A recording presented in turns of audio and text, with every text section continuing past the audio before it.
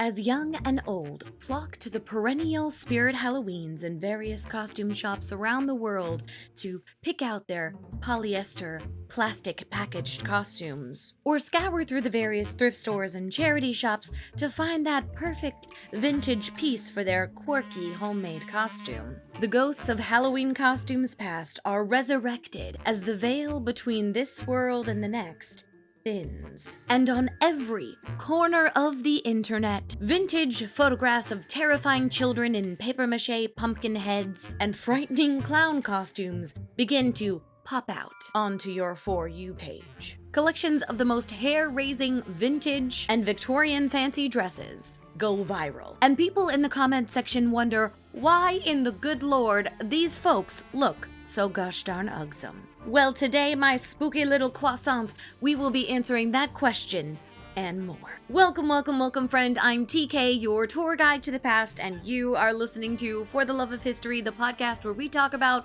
world history, women's history, and weird history. Welcome to the season 11 finale, and as you can see, we are in full spooky spirits over here at the history headquarters. I don't know if you can see the background with my giant witch's broom in the frame, but you know, I did my best. Clearly, the one thing on my mind right now and nearly always is Halloween. But this time, it's specifically the history of Halloween costumes. Today, we will uncover that very history and learn why so many vintage costumes look like that. Why do they always look like that? And against my better judgment, we will be taking a detour into Victorian Halloween costumes. But before we do that, if you want to help me keep kitty cat food on the table and continue bringing you top-notch niche topics and these amazing costumes, then hit the like and subscribe button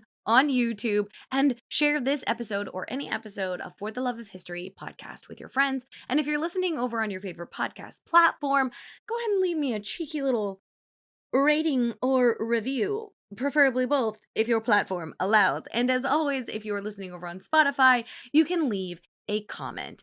And there's this new feature on YouTube that lets you hype videos up, and that helps more people see. Anyways, those are really great free 99 ways to help support For the Love of History. And finally, if you would like to see how I made this costume using recycled kimonos, you can head over to Patreon and watch the full how-to vlog over there. And with that, it's time to grab your broom and a cauldron full of tea, hop in the time machine, and let's get to it.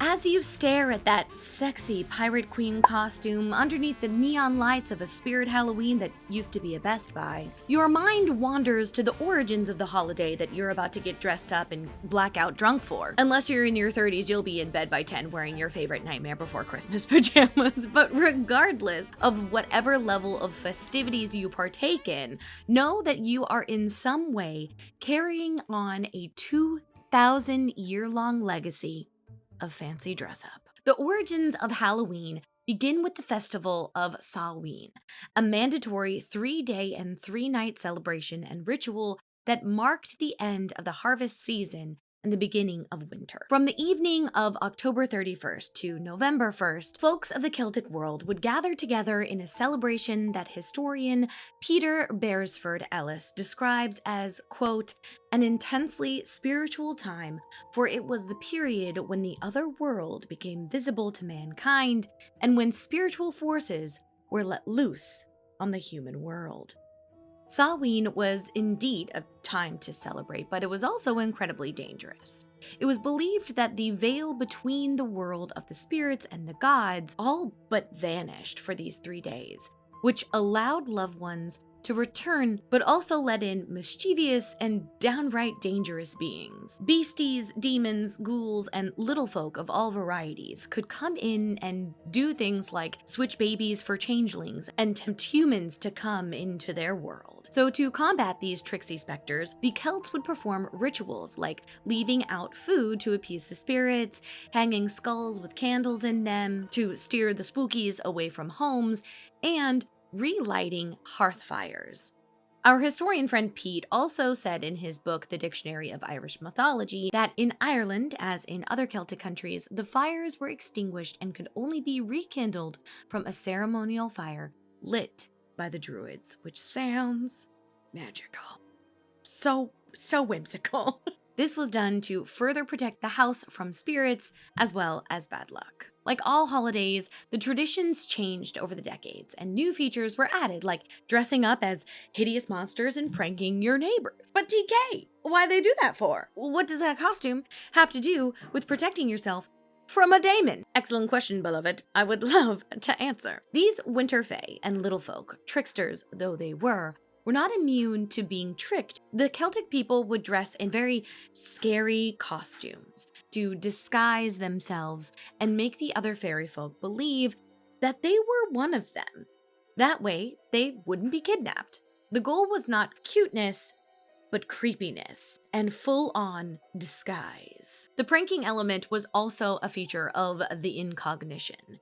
If the becostumed humans played tricks on their friends and neighbors, then the real demon babies would be like, "Oh, they've already been tricked? They've already been pranked? I'll just move on to the next house." As the Celtic people spread across Europe, so too did the holiday. But in the 11th century, Catholicism was in its full amoeba era and was doing everything that it could to save those pesky pagan souls and absorb them into the Catholic Church. A number of initiatives were established across the centuries in order to convert and absorb pagans into the velvety gilded folds of the papacy. Force and violence, of course, were used, but coercion and trickery was as well. During the 11th century, several pagan holidays were adopted by Christianity as a part of an effort to reform pagan celebrations and make them Catholic-y, which is a real word, I checked. And they did this to ensure an easy transition into Catholicism. Samhain was one such holiday. We have a more in-depth history on this a few seasons back. I do believe it is the History of the Haunted House episode, but basically what happened was the Catholic Church moved All Saints' Day to November 1st, which just happened to coincide with Samhain. The Pope said something to the effect of, "Oh my god, you guys, Celtic people that we just conquered and slaughtered a bunch of. I know we're like actively trying to get rid of your entire culture and belief system, but don't worry about it, babe, okay? Because we have similar holidays. I know you really enjoy Samhain, okay? We have the same holiday. Essentially, it's called All Saints' Day. It's on November 1st, so it's like, you can just feel free to convert to Catholicism, because it's basically samesies. Wouldn't that be wild if the Pope actually did talk like that? Anyway. Pockets of Celtic culture survived despite the long and sticky fingers of the Catholic Church. They held on to their traditions, and according to folklorist Jack Santino, who wrote in a 1982 article for the American Folklife Center, quote, "The old beliefs associated with Samhain never died out entirely. The powerful symbolism of the traveling dead was too strong, and perhaps too basic to human psyche to be satisfied with the new, more abstract Catholic feast honoring saints." And I do agree with our friend Jack, because the youth, they yearn for more substantial spooky. And because of this yearning and deep desire, Samhain adapted, and October 31st became All Hallows' Day evening, or All Hallows' Eve, the night before the saints were venerated. That name eventually mutated into Halloween, and it became the one night of the year where Christians and those who kept to the old ways could turn the supernatural symbolism and rituals of Samhain into spooky fun, and that included freaky as hell little costumes.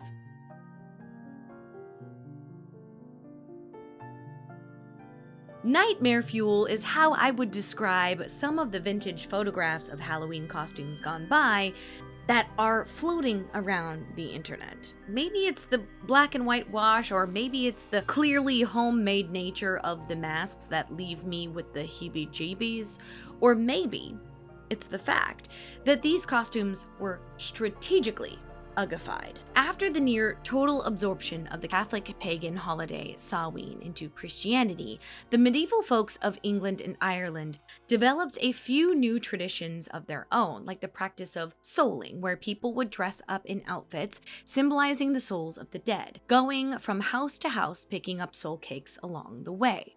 The idea of dressing terrifyingly to scare away other demons and spirits carried over from the traditional Celtic holiday into this new idea of souling. You were, after all, dressing up as a dead person, which is inherently terrifying. During this time, there wasn't an element of dressing up as you like or as your favorite Gregorian chant singer. I'm sure a lot of people would have loved to dress up as Hildegard von Bingen, but the idea was to make yourself indistinguishable from the souls that were now entering the realm of the living.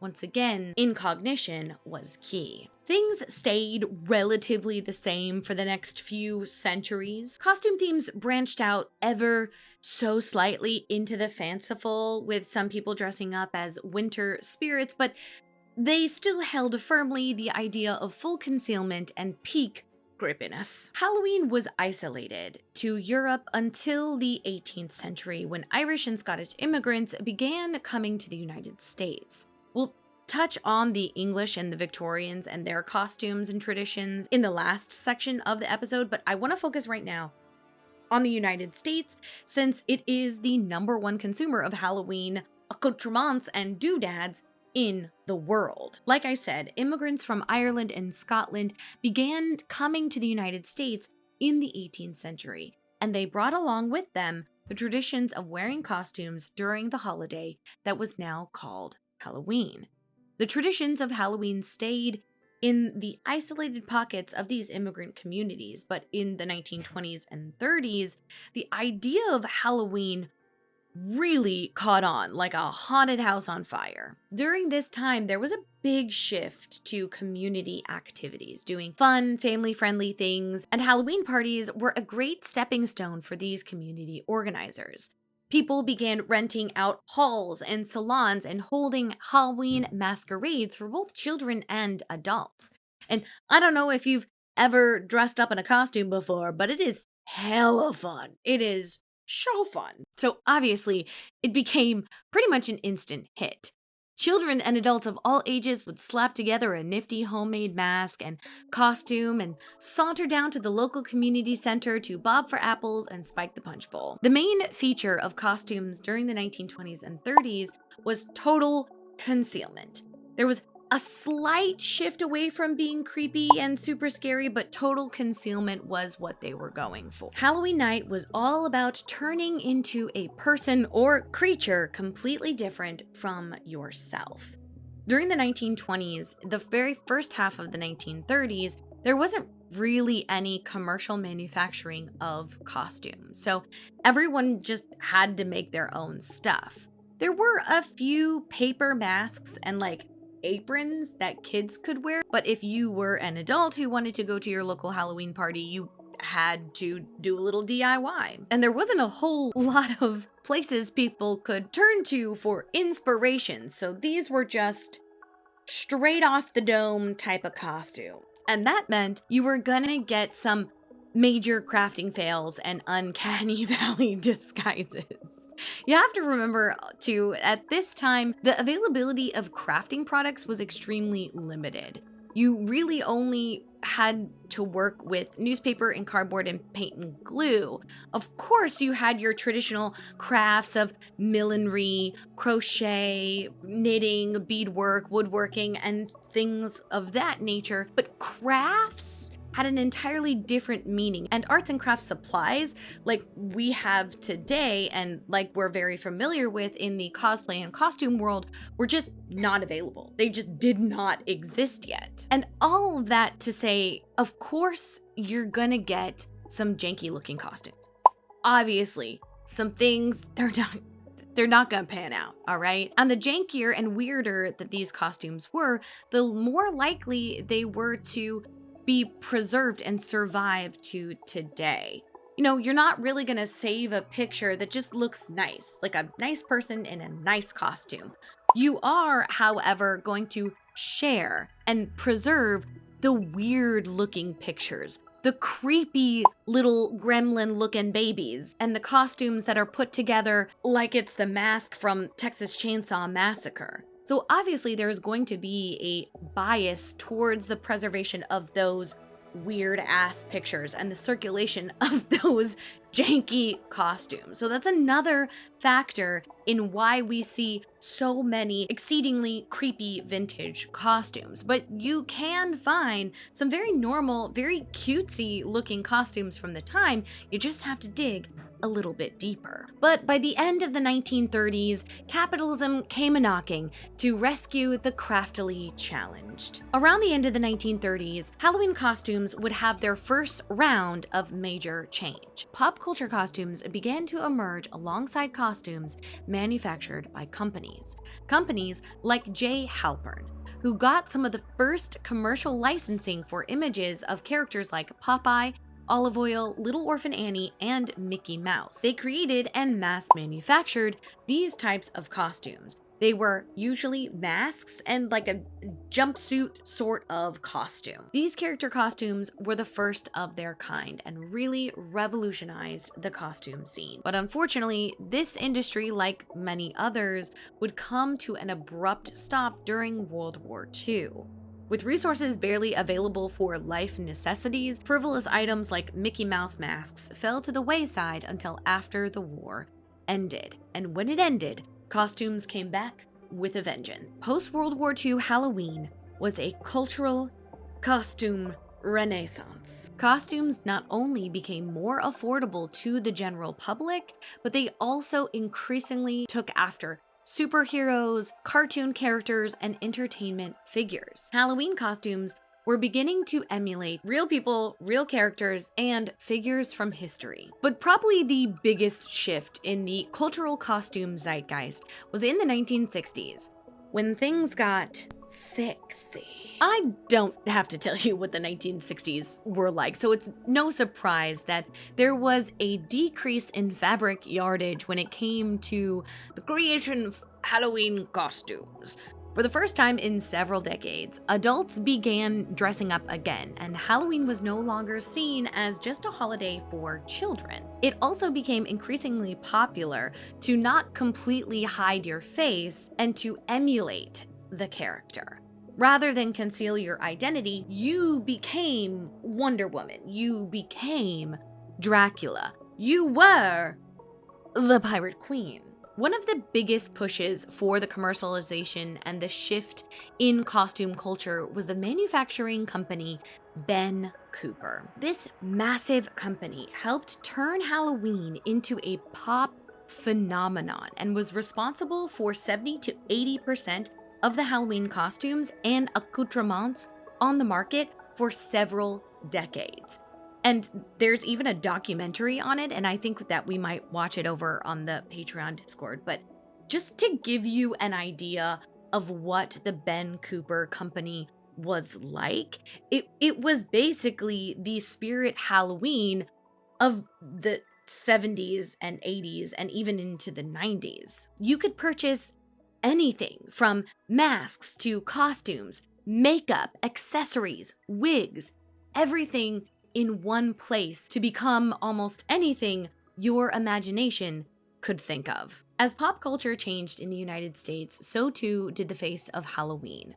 With the introduction of slasher movies in the 1970s and 80s, costumes became more gory but also more extravagant. At the same time, the LGBTQ+ community began holding their own balls and galas, using Halloween as a time to safely explore fashion and self-expression, elevating Halloween to almost an art form. Halloween is now a multi-billion-dollar affair, with costumes ranging from minimal mustaches to full-on Comic-Con worthy ensembles that people work on for months. And not to disagree with Caddy from Mean Girls, but Halloween is not just the one night a year when girls can dress like sluts and no other girls can say anything about it. I mean, it is that too, but it is also a several thousand-year-old tradition that you participate in, beloved. And if you're lacking inspiration this year, maybe it's time to take a page out of Arden Holt's Victorian Fancy Dress Book.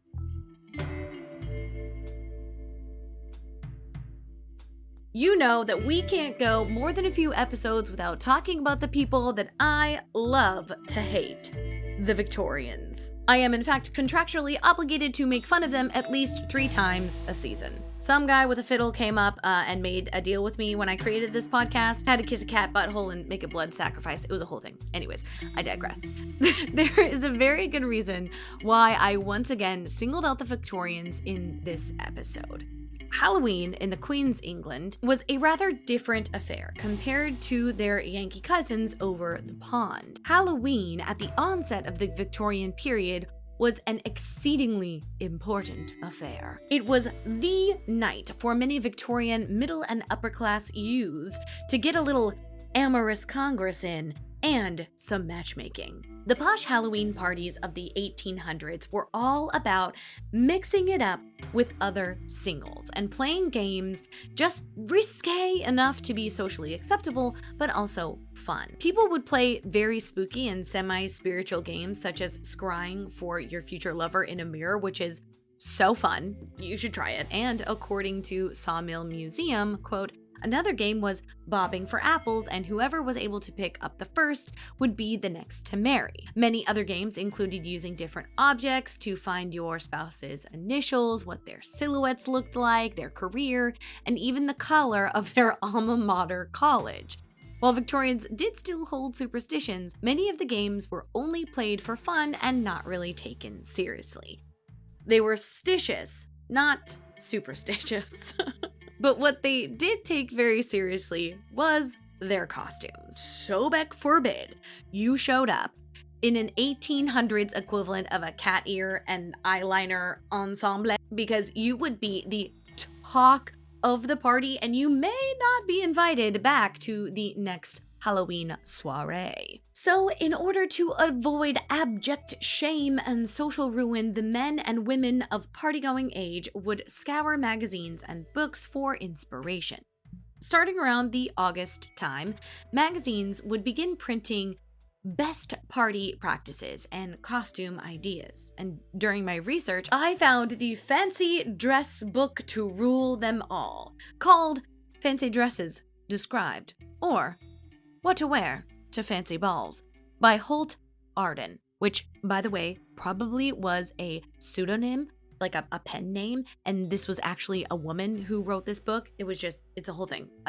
A deep dive for another time. Anyways, this is a 338-page tome with several illustrated plates, some even in color, with hundreds of descriptions of possible Halloween costume ideas in alphabetical order, starting with Abbess Lady or Nun and ending with Zurich. Yeah, like the city of Zurich. I know, it's a whole thing. Honestly, the description is absolutely wild. It's a 2-page long, extremely detailed description of how to dress as the city of Zurich, and we're not gonna read that right now because that would take too long, but if you are interested in reading this book, it is available for free on the Internet Archive, and I'll leave a link to that below. But I digress. The city of Zurich is not the only weird and quirky costume idea. This book is full of the strangest costume ideas and descriptions, such as an actual spelling bee wherein you put on an orange and black striped velvet skirt, you stitch alphabet letters all around the velvet bodice, and along the skirt you put names of dictionaries. And as a cherry on the top of this absolutely bonkers costume, you make a bee, a little paper mache bee, and you put it on your noggin, and you're a spelling bee. There are literally descriptions for everything that you could possibly think of. There are descriptions of how to dress like historical figures such as Anne Boleyn, Sappho, and a servant of King Henry VIII. Not King Henry VIII also, but a servant of King Henry VIII. Both of these are listed in the book. They also have seasons, winter, spring, summer, fall. They have birds like the carrier pigeon, flowers like pansies and daisies, cities like Monte Carlo, and even your tried and true Halloween favorites like witches and fairies. And the witch described in the book is what I am dressed as today. Kitty cat on the shoulder and bat on the hat and everything. It truly seemed like the sky was the limit when it came to costumes.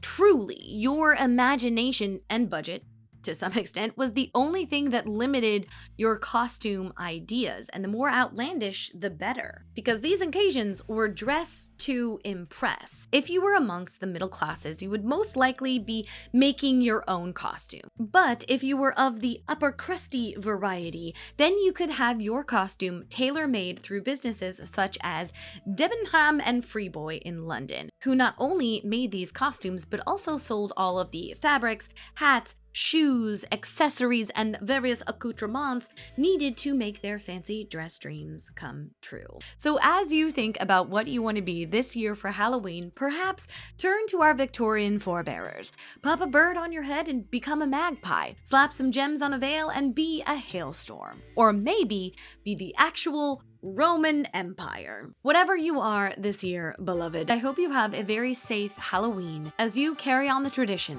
of keeping away ghouls, goblins, ghosties, and the fairy folk.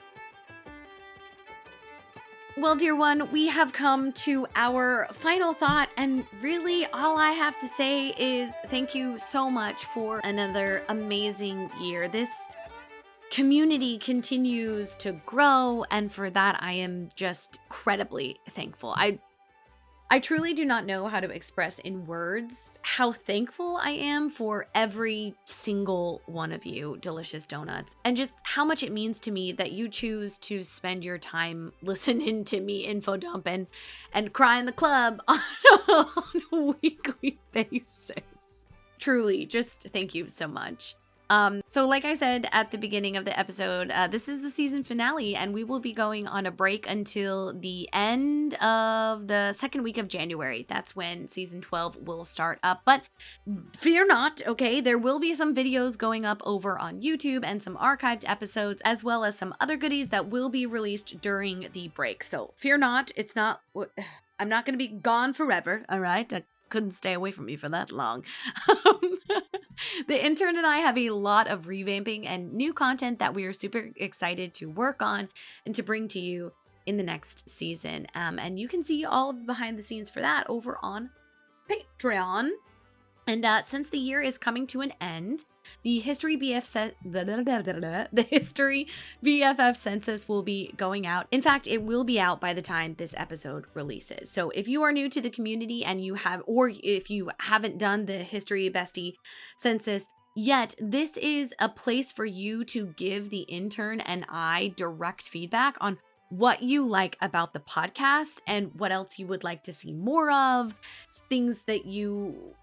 types of content that you would enjoy, topics that you would like me to cover, just general feedback and commentary on the podcast, your general thoughts, because I don't want to make something that you are not interested in. Okay, all right. And as an incentive to fill out the census and to thank you for your time, by filling it out, your name will go into a drawing for some For the Love of History merch, which is so fun. Anyways, the link for that will be in the show notes below, and it will be open until the end of November. So you have plenty of time to fill that out. By the end of November, I will be announcing the winners of the merch drawing. Anyways, I'm rambling. I'm tired. It's late at night. I want to go have some dinner. So thank you so much again. I love you bunches and bunches. Please take good care of yourself during this break. I know the weather is getting colder for most of us, so please keep warm, drink your water, and I will see you in January. So grab your beverage, preferably water. Take a little sippy sip. Oh, delicious. I will see you in January. I'm gonna miss you so much, and I love you even more. Okay, we'll see you later. Love you. Mwah. Bye. I'm a witch.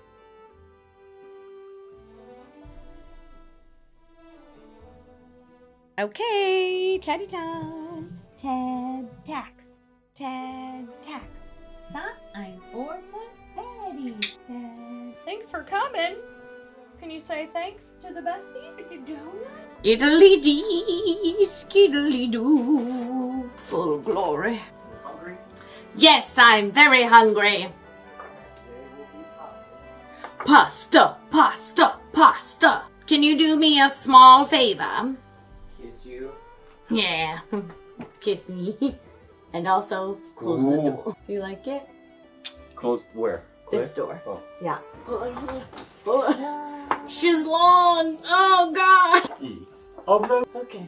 We're fine. Everything's fine. Am I gonna hold this fucking thing the whole episode? Who knows, Ted? Who knows what the future holds? One must make sacrifices for the greater good. Okay. Oh, my earrings. Trapped. What can I do? I will use this. Me. It worked. It worked. The intern got me some very beautiful earrings that are butterfly wings, and I thought they would be perfect. The intern and my niece picked them out. And by niece, I mean my best friend's child. Look at how freaking gorgeous they are. I can't even handle it. Just a girl and her fake cat and her real cat. Come on, computer, please just fucking work. Okay, you ready, fake kitty? Cause I sure as shit am. Goodbye, donuts. Goodbye, donuts. Love you so much. Okay, goodbye.